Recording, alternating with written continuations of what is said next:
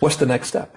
Next step is you've got to create an income for life. And then when I say income for life, it's so interesting because I ask people all the time, why do you invest? What are you investing for? What would your response be? So I'll have money when I'm old. Right? Yeah.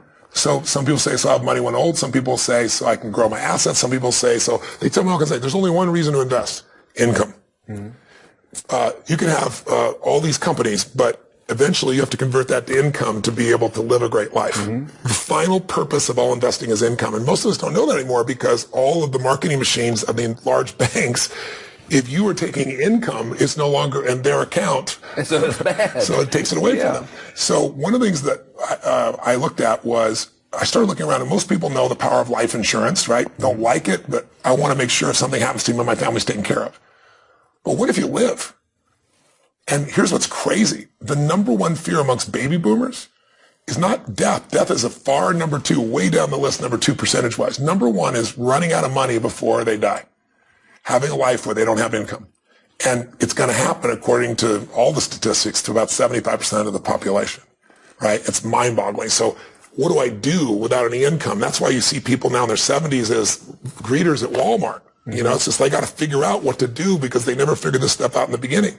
So there is income insurance. Income insurance is the word annuity that we all have heard. The word annuity is annual payments. Now you get annuities that pay you every month, but that process that's out there is one of the most successful opportunities for people to create an income. In other words, there's a stage in my life where you build, like you are.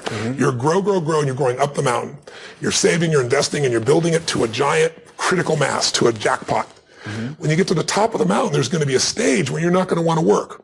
You probably will. Guys like you and I will always work. You don't have to work, and therefore you tend to work harder. I couldn't imagine not doing it. It's just like I couldn't either. Yeah. Steve Wynn's a dear friend of mine. He's 72 years old. He works harder now than any time I've known him. Just crazy. T. Boone Pickens is a friend of mine. He's 86. When he was 68, he retired.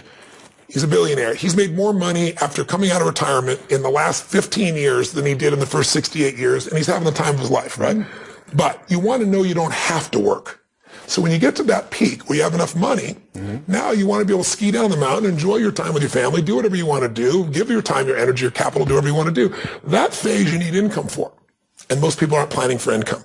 So you could be in a position where you built your assets up, your stock investments, your bonds, your real estate, and how fast can that drop by 50%, by 30%? We've seen it in every market. About a nanosecond or Ray Dalio, a day? Yeah, Ray Dalio says point blank, he said, whatever you invest in, most people invest in something they feel is their favorite. They think they know something about it.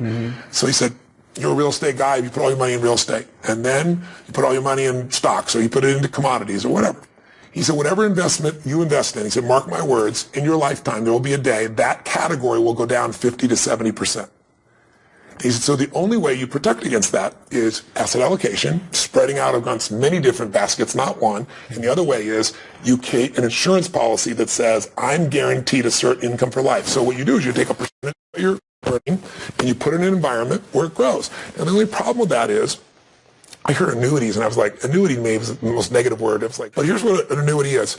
Bernanke, as the head of the Fed, his top two investments were both annuities. Because I used to read these ads that say, they still market them. It says, what does it say? It says, I hate annuities and you should too. Yeah. And of course you go to it and it's a guy that's selling you stocks, right?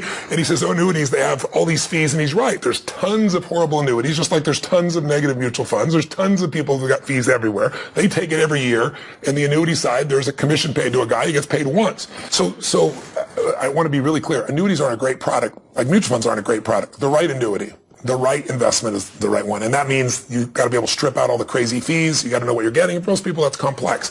I'll give you a perfect example. A variable annuity, very popular annuity, is filled with fees. It's fees on top of fees. It's fees to be inside of the annuity, and then there's fees for a mutual fund on top of it. It's a disaster.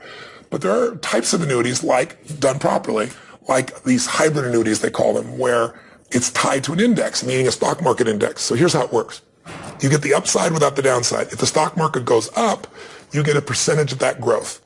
If it goes down, you lose nothing. So like you think about my friend who's been out of the stock market for 6 years and he's got nothing to show for it. I said to him, this would have been one of many different vehicles you could have easily done. When I started seeing how these work, there's one annuity I saw, and I'm getting old enough that I'm within the range of doing these things now, which scares me. But one of them gives a guaranteed return of 7% a year. And where are you going to find that? And My immediate reaction is my immediate reaction, that's impossible. It's like, I know. It's a company that's, A-rated, it's been around forever. But here's how they do it. You pay into the company, in this particular one, your rate grows at 7% a year, and then you have this lump sum. You don't take out the lump sum. That's how you get the 7% per year. What you do is you take out 5% of it a year. And so they show you what that means to you in income. Because what you really want is income. If you're in the stock market and it drops 50%, your income is just cut in half, and then to grow it back can take decades. So there's some that are tied to the stock market, and if it loses money, you lose nothing, and there are no fees if it doesn't make money. That's a much more attractive proposition. It's mind-boggling. And then they have a second piece which says, if you leave your money with us and you don't take it out, if you leave it with us, then you can convert that to income in the future.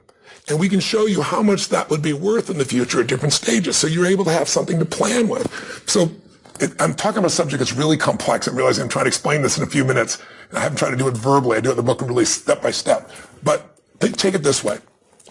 If you knew today that you could put a certain amount of money aside, and instead of wondering how the stock market was going to go, you knew that meant for you $5,000 a month, $10,000 a month, $20,000 a month, whatever it is, for as long as you live, and that even if all the money you put in, you'd outstripped, you'd still be receiving the money.